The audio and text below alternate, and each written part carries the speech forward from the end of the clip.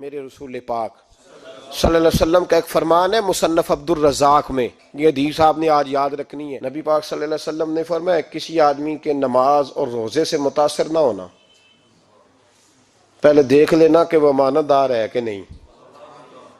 کسی کے نماز روزے سے متاثر نہیں ہونا، پہلے دیکھ لینا کہ دیانت دار ہے کہ دیکھنا لوگوں کی جیبوں پہ کتنی نظریں ڈالتا ہے۔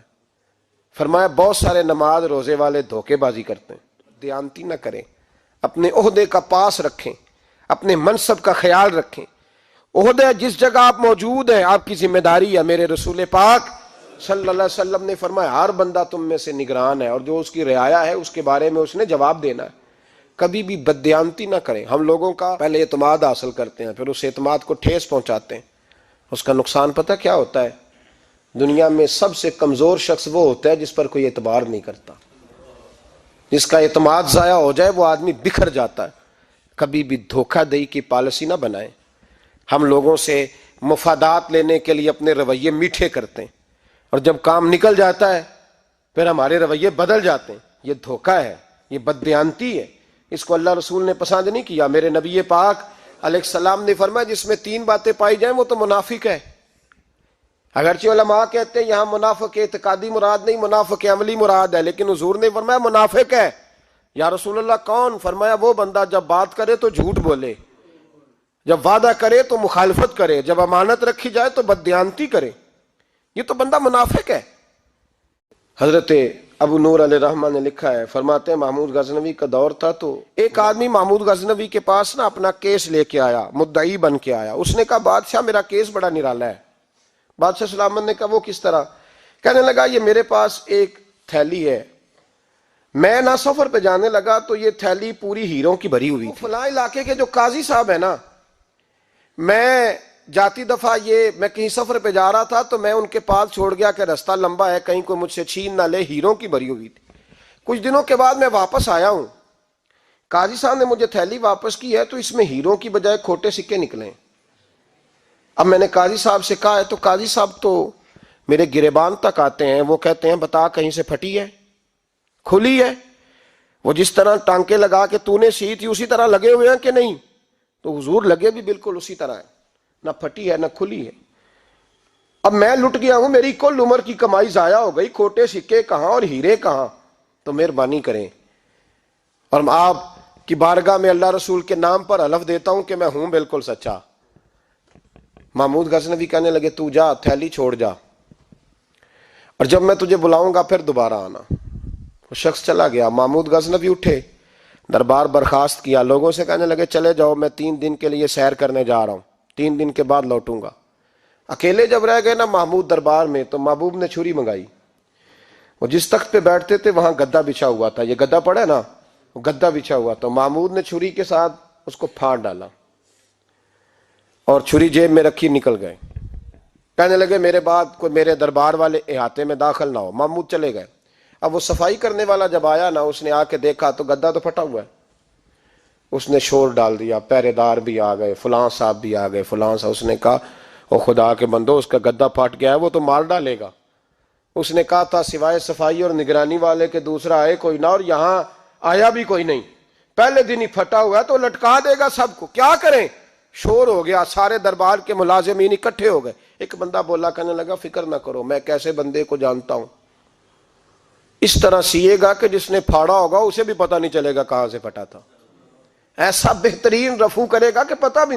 اس نے کہا یار ہم سارے 1 مہینے کی تنخواہ دیتے ہیں، تو بندہ بلا۔ وہ بلا لیا اس کو، اس کا نام محمد رفو گر تھا۔ وہ آیا، اس کو گدا دکھایا، اس کا یار اس طرح سینا پتہ نہ چلے۔ اس نے کہا فکر ہی نہ کرو، میں بڑا کاریگر ہوں۔ بڑے بڑے کاریگر لوگ نہیں ہمارے ملک میں پائے جاتے، کوئی نشان چھوڑتے ہیں پیچھے؟ بڑے کاریگر کا پیسے ہونے چاہیے، بڑے بڑے کاریگر بندے۔ آپ یقین کریں ایسا فلسفہ، یہ عمرہ عبادت ہے نا، سرکار دو عالم صلی اللہ علیہ وسلم کی بارگاہ کی حاضری بڑی نعمت ہے نا۔ تو سعودی گورنمنٹ نے پابندی لگا دی، خیر ان کی بھی زیادتی ہے، اس طرح کی پابندیاں شریعت اسلامیہ میں جائز نہیں۔ اللہ کے گھر مسلمان جب چاہے جا سکتا ہے، لیکن وہ کہتے ہیں جی 2000 ریال دے جس نے 2 سال بعد بھی آنا ہے۔ انہوں نے پابندی لگائی تو ہمارے ایجنٹوں نے بھی کئی خاص ٹریننگ حاصل کی ہوئی ہے، پتہ نہیں کہاں سے سیکھ کے آئے، انہوں نے بھی رستہ نکال لیا۔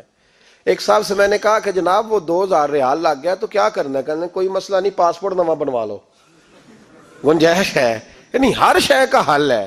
وہ میں نے کہا یار اب عمرہ کرنے جاتے وقت بھی بندہ دھوکہ دے کے جائے، اللہ کے گھر جاتے وقت بھی اس طرح کی حرکت کرے، کیا حال ہو گیا؟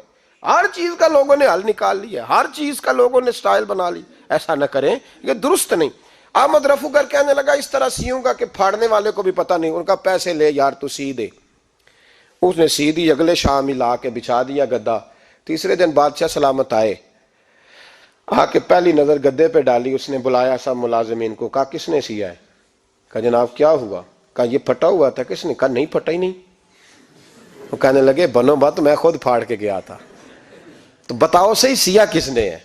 کہا جناب آپ پھاڑ کے گئے تھے تو بتایا کیوں نہیں؟ فرمانے لگے اسی لیے تو بتایا نہیں تھا کہ تم خود تحقیق کر لو، بلاؤ بتاؤ سیا کس نے۔ تو بلا لیا، احمد رفو گر آ گیا۔ اس کو جب بلا کے سامنے بادشاہ کھڑا کیا، کہا بھئی تو نے سیا ہے؟ کہنے لگا حضور آپ کے سارے ملازم کٹھے ہو کے آئے تھے، میری غلطی کوئی نہیں۔ کہا نہیں یار تو بڑا کاریگر ہے، میں نے اپنے ہاتھ سے پھاڑا تھا پر مجھے بھی نہیں پتا چل رہا کہاں سے پھٹا تھا۔ اچھا یہ بتا یہ تھیلی جو ہے یہ بھی تو نے سی تھی؟ اس نے کہا جی آپ کے خادم کا ہی کارنامہ ہے، وہ فلانے علاقے کے قاضی صاحب آئے تھے، اس میں سے ہیرے نکال کے تو کھوٹے سکے بھرے تھے، تو مجھے بھی تھوڑا سا حصہ ملا تھا۔ محمود نے سارے گواہ بھی اکٹھے کر لیے، ثبوت بھی اکٹھے کر لیے۔ پھر قاضی کو بلایا، پہلے سارے ثبوت اور گواہ کیس حل کر لیا۔ پھر ہمارے ہاں یہ حال ہوتا ہے کہ مدعی 2-3 ہفتے کے بعد خود ہی ہاتھ باندھ جاتا ہے، کہنا تسی میری جان چھڈو، مجرم پھڑو پاوے نہ پھڑو۔ وہ کہتا ہے مجھے معافی دو، میں رہا۔ ظلم ہے نا، ظلم زیادتی ہے کہ جو بیچارہ اتنے سوال مجرم سے نہیں ہوتے جتنے مدعی سے ہوتے ہیں۔ اب یقین کریں اتنے سوالات ہوتے، بیچارہ ہف جاتا ہے۔ یہ طریقہ درست تو نہیں، ایک لٹ گیا اور دوسرا طرح طرح کے سوالوں کے جواب دیتا پھرے بیچارہ۔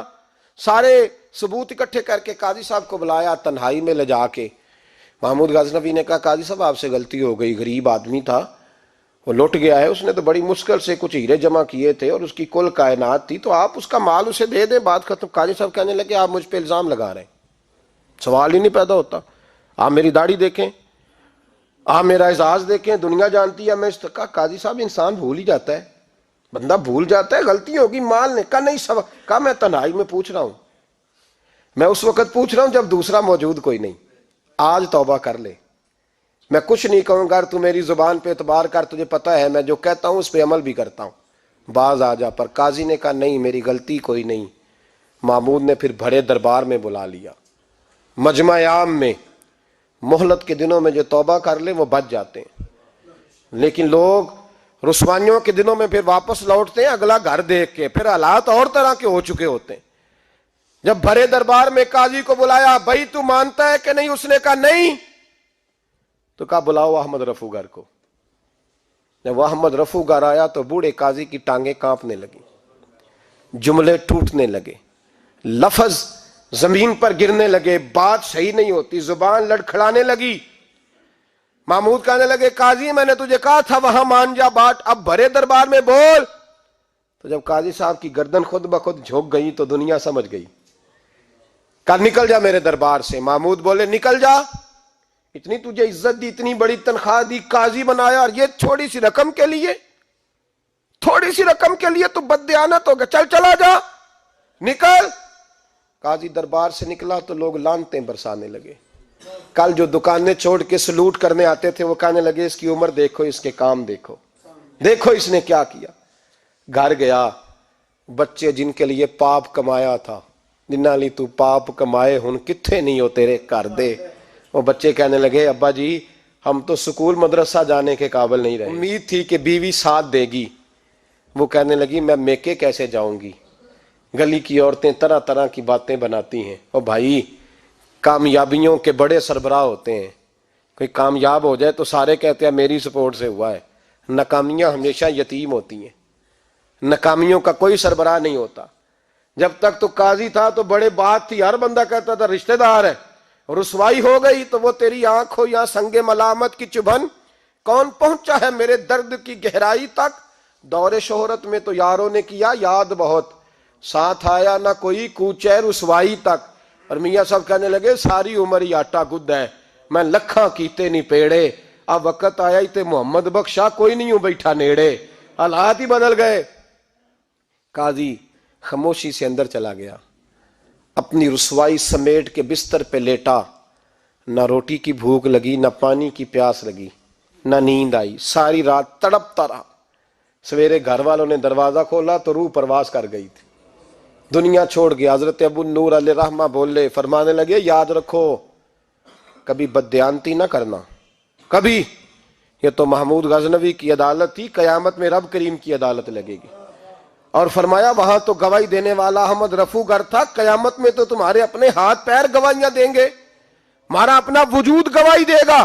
اور فرمایا یہاں تو لانتے دنیا دار برساتے تھے، وہاں فرشتے ہوں گے۔ اور قاضی کو تو موت آ گئی تھی، قیامت میں تو دوبارہ موت بھی کوئی نہیں آئے گی، وہاں تو رہنا ہے اور سہنا ہے۔ اتنی بددیانتی معاشرے میں، اتنی بددیانتی ہر جگہ۔ اس معاشرے کا بھی کچھ بنے گا جہاں دوائی بھی خالص نہ ملے، یا دوائی میں بھی بددیانتی ہو۔ لوگ اپنے بچے کو آکسفورڈ یونیورسٹی میں پڑھانے کے لیے غریبوں کے بچوں کے رگوں میں جو دوائی اتارے وہ بھی 2 نمبر۔ اتنا بڑا بھی کو بددیانت معاشرہ ہوتا ہے کہ لوگ یہاں تک دھندا کریں، یہاں تک کہ لوگ لوگوں کی زندگیوں سے کھیل جائیں، اور ہمیں احساس تک نہ ہو کہ کوئی مر جائے گا، کوئی ڈوب جائے گا، کیا بنے گا۔ اور جس نے وہ اپنی رجسٹر کی دوائی کی، اس نے 2-4 لاکھ روپیہ لیا، اور اس نے یہ نہیں سوچا کتنے انسان میری وجہ سے مریں گے۔ قتل صرف یہ تو نہیں ہوتا گولی مار کے مار دینا، لوگوں کی زندگیوں سے لوگ کھیل جاتے ہیں، لوگ تباہی کر جاتے ہیں، لیکن بددیانتی سے باز نہیں آتے۔ میرے رسول پاک علیہ السلام کے غلاموں، نبی پاک صلی اللہ علیہ وسلم نے ذرا سی بددیانتی، اور صحابہ کا یہ مزاج تھا، اتنی سی بھی کبھی ان سے غلطی ہوتی تو تڑپ جاتی۔